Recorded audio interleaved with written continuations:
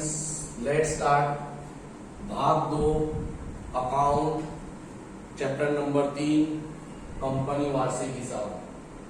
Board examination में company वार्षिक हिसाब कंपलसरी 11 मार्क का आपको दाखला पूछा जाएगा।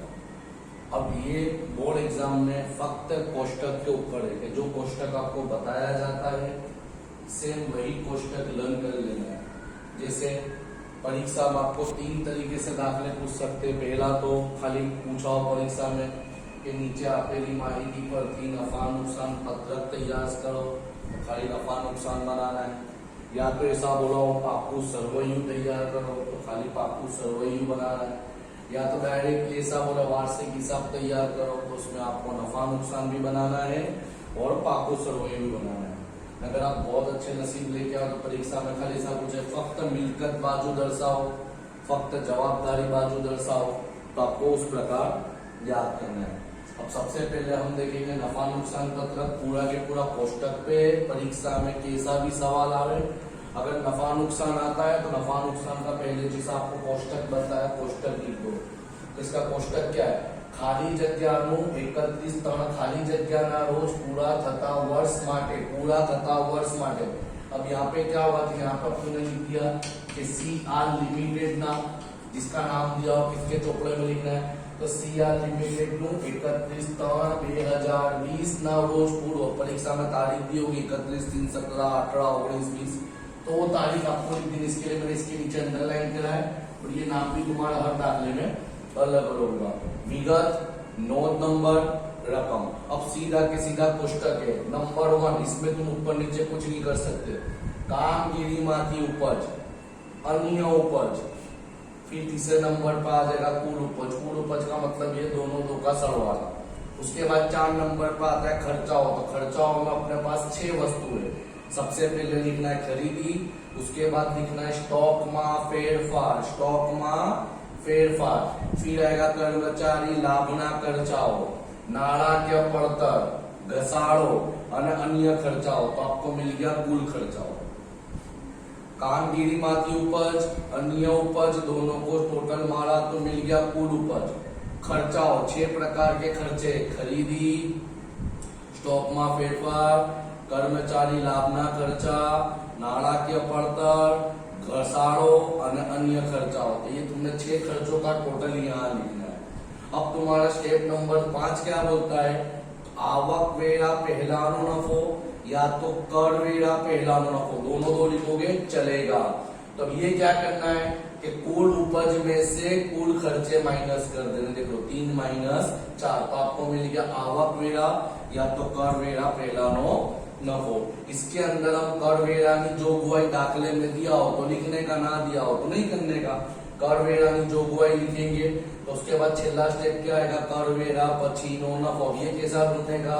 तो आवक वेरा में से कर वेरा माइनस कर दिया, 5 - 6, तो आपको मिल गया सीधा के सीधा कर वेरा पछीनो नफो। ये तो तुम्हारा बेसिक चीज है, मगर बेसिक चीज के साथ मैंने आपको फॉर्मेट, आज आपको एप्लीकेशन में इसका फॉर्मेट भी डाल दिया जाएगा। अब ये तो मेन पॉइंट हुआ। अब सवाल आता है कि सर ऐसा तुम बहुत अच्छे नसीब लेके आओ तो डायरेक्टली परीक्षा में सीधे के सीधे खर्चों के नाम दे दिए जाएंगे, सीधे के सीधे खर्चों के नाम दे दिए जाएंगे, मगर उनको हार्ड करना हो तो क्या पूछेंगे? तो ध्यान देना इसके अंदर क्या आता है, मैं स्टेप बाय स्टेप बताता हूँ। कामगिरी माथी उपज में एक ज वस्तु आवे, वेचाण, वेचाण, वेचाण।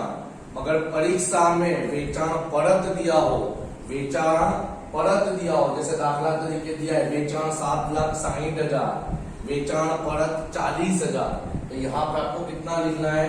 वेचाण में से वेचाण परत माइनस कर दो। 7,60,000 में से 40,000 गए तो 7,20,000। यानी कामगिरी माथी उपज में एक ज वस्तु तुमको याद रख के चलनी है।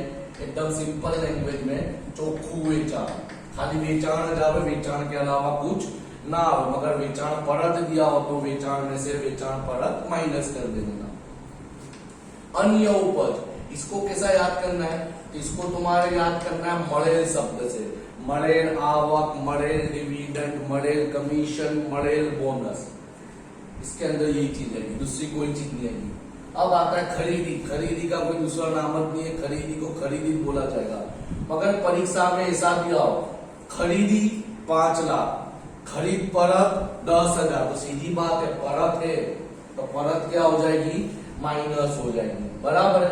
उसके बाद आता है स्टॉक में फेरफार। तो ये आपको याद रखना है, स्टॉक में फेरफार का मतलब क्या होगा, तो इसका मतलब होता है शुरुआत नो स्टॉक माइनस आखिर नो स्टॉक, शुरुआत नो स्टॉक माइनस आखिर नो स्टॉक। उसके बाद आता है कर्मचारी लाभ ना खर्चा। तो याद करने की जरूरत नहीं, दिमाग लगाना है। कर्मचारी को क्या देते, तो कर्मचारी को अपने एम्प्लॉय, कर्मचारी मीन्स कारीगर, क्या देते, पगार, बराबर है, बोनस। फिर उसके बाद प्रोविडेंट फंड में फाड़ो, यानी जो चीज सेल्समैन कमीशन, यानी जो भी वस्तु जो भी वर्कर अपने कर्मचारी को दिया जाता है वो यहाँ पे आएगा। उसके बाद आता है नाणाकीय पड़तर। तो इसको याद करने की जरूरत नहीं है, ब्याज सब याद रखना है। डिवेंचर पर ब्याज, बॉन्ड पर ब्याज, लोन पर ब्याज, ब्याज शब्द आवे यानी नाणाकीय पड़तर। घसाड़ो, घसाड़े का तो कोई दूसरा नामत नहीं है, जमीन पर घसाड़ो, मकान पर घसाड़ो, आना पर घसाड़ो, भाड़ा पेटा मटेरियल पर घसाड़ो। तो घसाड़े को घसाड़ा दिया होगा, घसाड़े को घसाड़ा दिया होगा।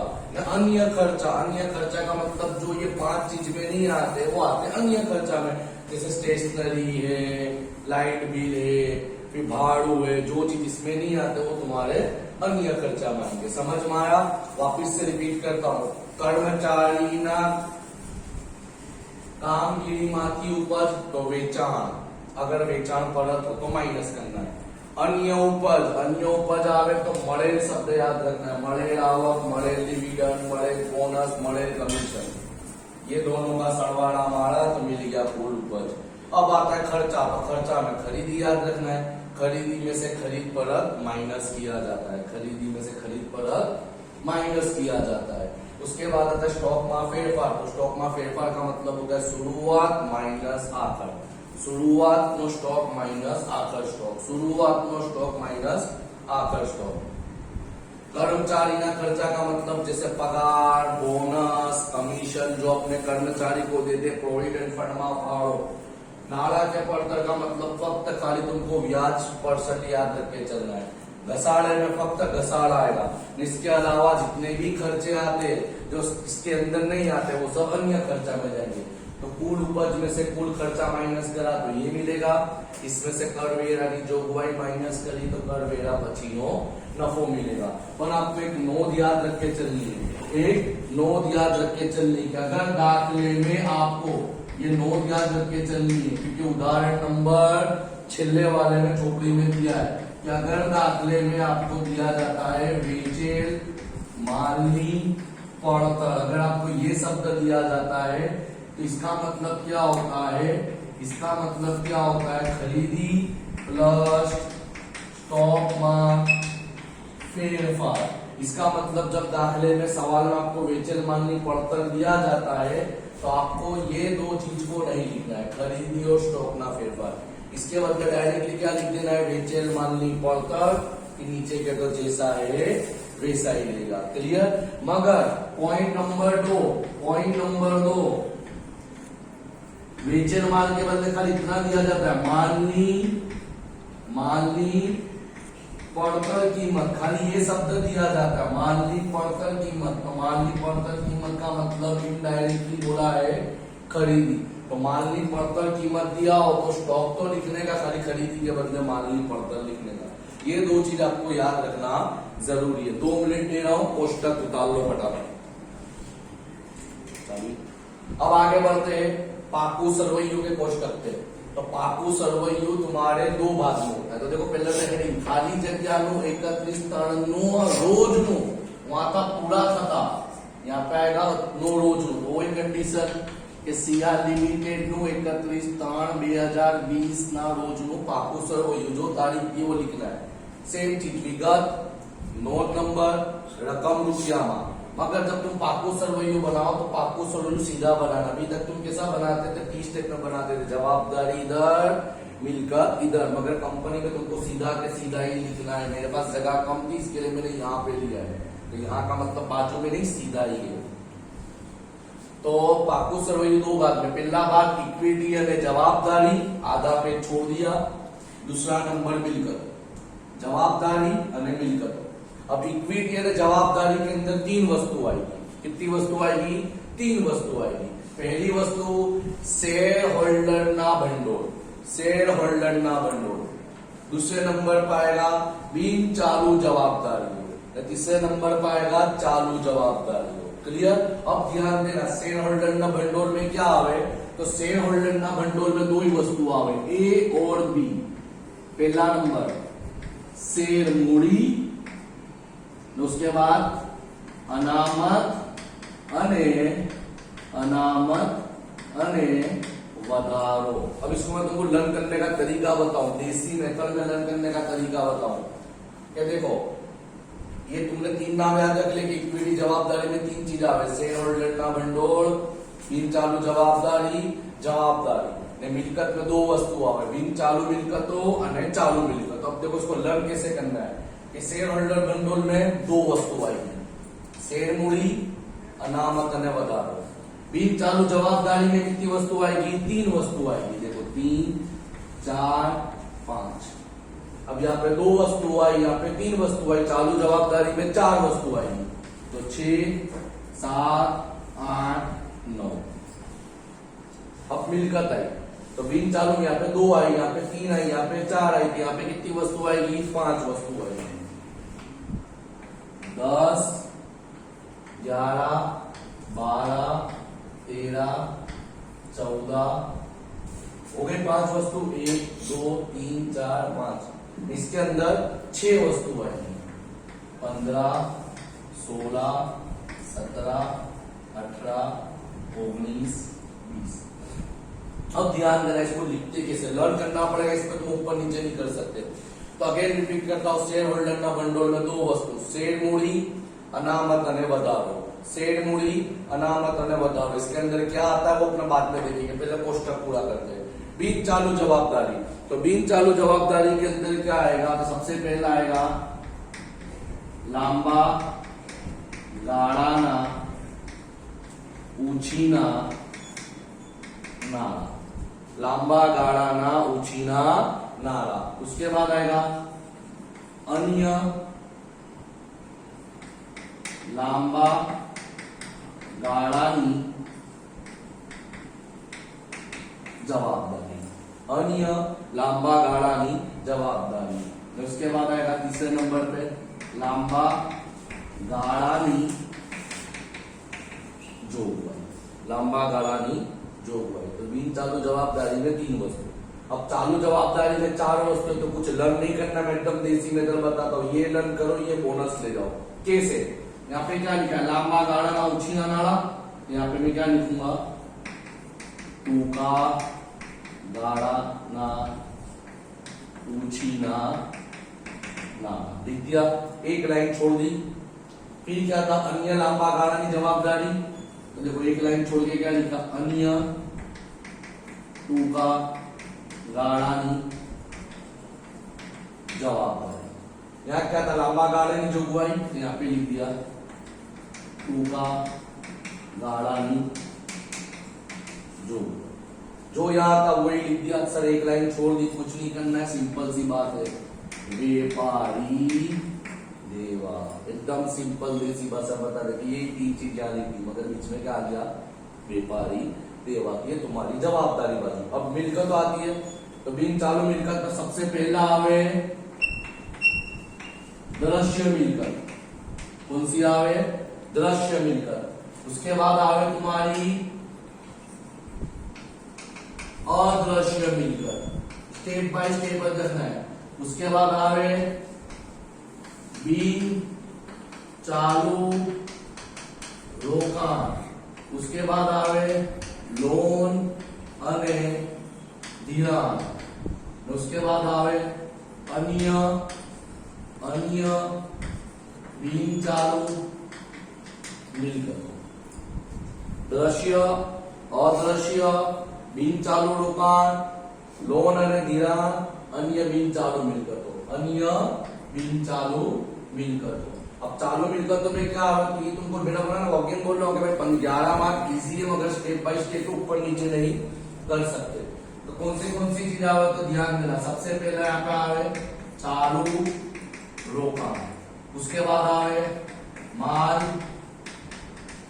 सामग्री, उसके बाद आवे माल सामग्री, उसके बाद आवे व्यापारी लेना, उसके बाद आवे रोकड़ અને રોકડ समक्ष, रोकड़ અને रोकड़ समक्ष। छेल्ले तो लाभ नहीं करने की, ऊपर वाले लिख देंगे लोन અને ધિરાણ। मगर यहाँ लिखेंगे चालू लोन અને ધિરાણ ने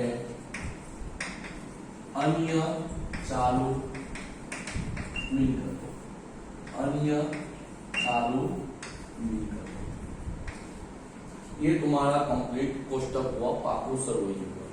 वापस रिपीट करता हूं, पाकू सरवैयू दो भाग में, इक्विटी અને જવાબદારી, ઇક્વિટી અને જવાબદારી અને મિલકતો।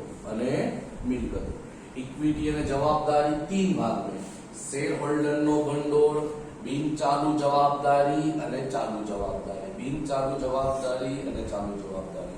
ने मिलकतो दो भाग में, बिन चालू मिलकतो અને चालू मिलकतो, बिन चालू मिलकतो અને चालू मिलकतो। क्लियर? अब अगेन शेर होल्डर नो भंडोळ में दो वस्तु, शेर मूडी, अनामत અને વધારો। बिन चालू जवाबदारी में तीन वस्तु, लांबा गाळाना ओछीना नाळा, अन्य लांबा गाळानी जवाबदारी ने अन्य लांबा गाळानी जोगवाई। चालू मिलकत के अंदर, चालू जवाबदारी के अंदर चार वस्तु, यही वाली चीज, टूका गाळानी ओछीना नाळा, व्यापारी देवा, अन्य टूका गाळानी जवाबदारी ने टूका गाळानी जोगवाई। से ऊपर वाली चीज लिखी। फिर मिलकत में पांच वस्तु बिन चालू में, दृश्य मिलकत, अदृश्य मिलकत, बिन चालू रोकाणो, बिन चालू लोन અને ધિરાણ, अन्य बिन चालू रोकाणो। ने चालू मिलकतों में 6 वस्तु, चालू रोकाणो, माल सामग्री, व्यापारी लेना, रोकड़ અને रोकड़ समक्ष, चालू लोन અને ધિરાણ, अन्य चालू मिलकत। ये तो तुम्हारा कोष्टक हुआ। अब इसमें मैंने वापिस बताया दो तरीके से। अगर तुम बहुत अच्छे नसीब लेके आओ तो परीक्षा में यही सब चीज दे दोगी कि भाई मूड़ी की रकम इतनी है, अनामत की रकम इतनी है, इसकी रकम इतनी, इसकी रकम इतनी है। और परीक्षा में उनको हार्ड करना हो तो क्या करेगी, इसके अंदर क्या क्या आता है। तो अब मैं जो देसी मेथड बताने जा रहा हूँ वो याद करो, तो जिंदगी में कभी भी तुमको तकलीफ नहीं पड़ेगी, जिंदगी में कभी भी तकलीफ नहीं पड़ेगी। तो कौन सी चीज है? तो सबसे पहला आता है शेर मूड़ी। तो सर शेर मूड़ी में क्या आता है? कुछ याद नहीं करने का, मैं बोल रहा हूँ चीज लेक्चर पे ध्यान दियो, कुछ याद करने की जरूरत नहीं पड़े। शेर मूड़ी में खाली मूड़ी याद रखने की, इक्विटी मूड़ी, प्रेफरेंस मूड़ी, इक्विटी मूड़ी, प्रेफरेंस मूड़ी। और दो चीज एक्स्ट्रा भी बता दो, भी याद करनी पड़ेगी। कौन सी दो चीजें? तो मैं परीक्षा में आया शेर जब्ती, तो शेर आ गया ना भाई, नाम आ गया शेर। शेर मूड़ी, इक्विटी मूड़ी, प्रेफरेंस मूड़ी, शेर जब्ती गया। मगर बाकी ना हफ्ता शब्द लिखाओ, याद रखना, बाकी ना हफ्ता। ये चोपड़ी में कोई जगह नहीं है मगर कोष्टक में है, बाकी ना हफ्ता। इसके अलावा दाखला महत्व नहीं है, कोष्टक महत्व है। बाकी ना हफ्ता, तो बाकी ना हफ्ता माइनस करना। क्लियर? इक्विटी शेर मूड़ी, प्रेफरेंस शेर मूड़ी, कोई भी जात की मूड़ी, फिर उसके बाद बाकी ना हफ्ता माइनस करना। दूसरे नंबर पर आता अनामत અને વધારો, इसको याद करने की जरूरत नहीं है।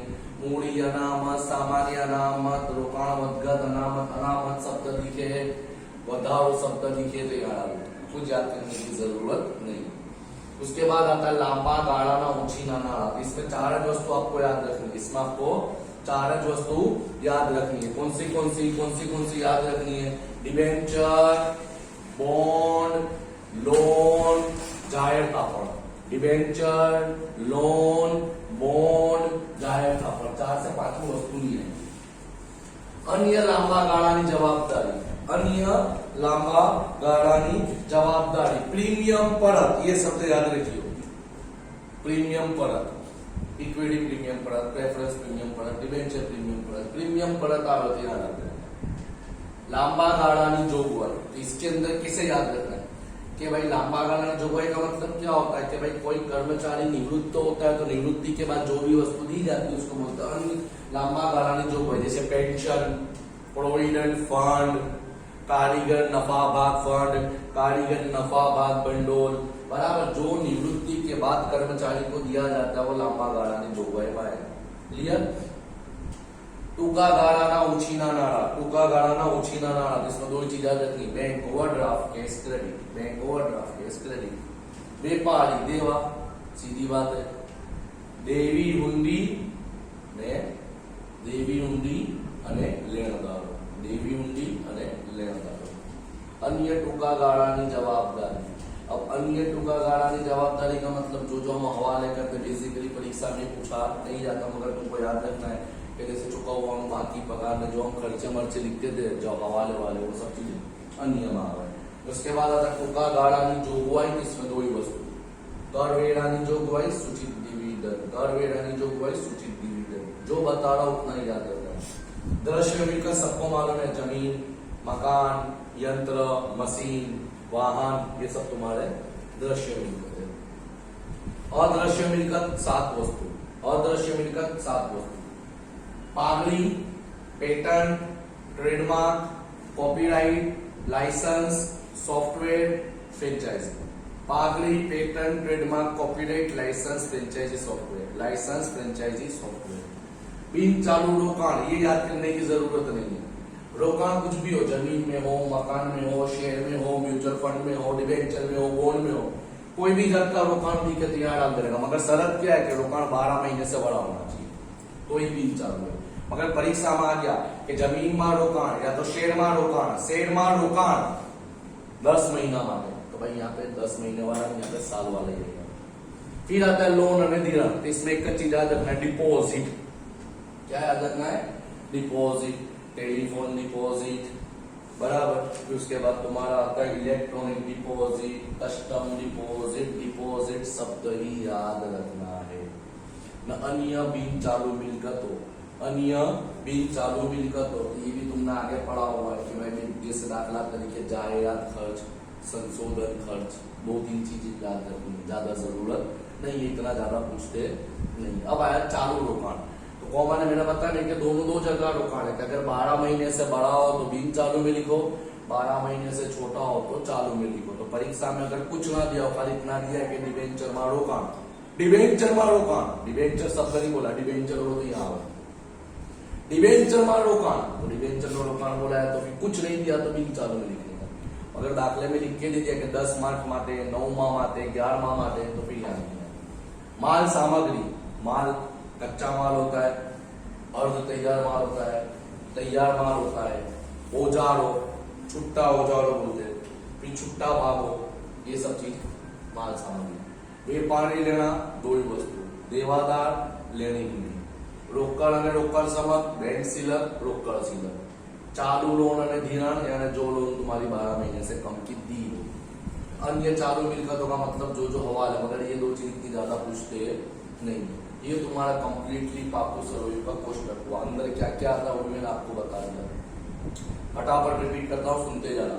खाली मूड़ी आवे, शेयर मूड़ी, प्रेफरेंस मूड़ी, इक्विटी मूड़ी।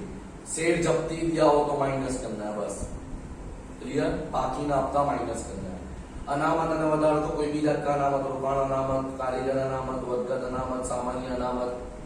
लांबा गाळाમાં 4 वस्तु, डिबेंचर, बॉन्ड, लोन, जाहिर कापड़।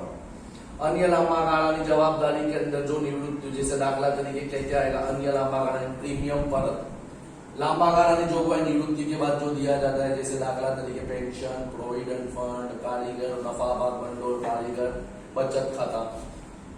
टूका गाळाना नाम बैंक ओवरड्राफ्ट कैश क्रेडिट। व्यापारी देवा, लेणदार, देवी हुंडी। अन्य टूका गाळानी जवाबदारी जो जो अपना हवाले करते, चुकववाना बाकी पगार, चुकववानो बाकी कमीशन। टूका गाळानी जोगवाई, करवेरानी जोगवाई ने सूचित डिविडेंड, करवेरानी जोगवाई ने सूचित डिविडेंड। दृश्य मिलकर समझाना जैसा नहीं है। अदृश्य 7 वस्तु की मैंने बता दिया। बिन चालू रोकाण, रोकाण शब्द दिखे तो यहाँ लोन અને ધિરાણ यानी डिपॉजिट। न अन्य बिन चालू का मतलब जायरात, संशोधन खर्च અને बीजो जायरात खर्च, संशोधन खर्च। चालू रोकाण, जो रोकाण 12 महीने से कम है। माल सामग्री, कच्चा माल, अर्ध तैयार माल, तैयार माल। उसके बाद छुट्टा औजार हो, छुट्टा हथियार हो। फिर व्यापारी लेना, लेनी हुंडी और लेनी हुंडी और देवादार, बैंक सिलक, रोकड़ सिलक, रोकड़ समक्ष, चालू लोन, कामकाज अन्य चालू मिलकर जो हवाले मिलकर कराने होगी। ये तुम्हारा कंप्लीटली पाकू सर्वे का पुस्तक अवार्ड होता है। कोई डाउट हो कॉन्टेक्ट कर सकते हो।